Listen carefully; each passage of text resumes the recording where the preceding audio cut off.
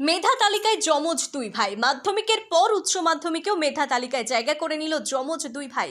বাঁকুড়ার বাসিন্দা নরেন্দ্রপুর রামকৃষ্ণ মিশন বিদ্যালয়ের ছাত্র অনিশ ও অনিক 12-2023 সালের মাধ্যমিকে চতুর্থ ও ষষ্ঠ স্থান পেয়েছিল।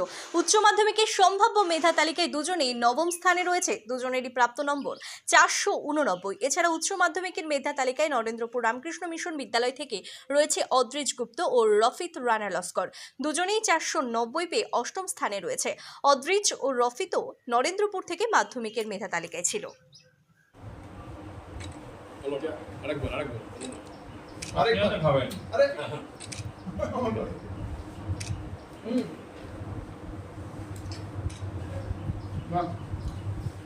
আর চারটেই মাধ্যমিকেও র্যাঙ্ক করেছিল, ওই 4th 5th চারটেই মাধ্যমিক।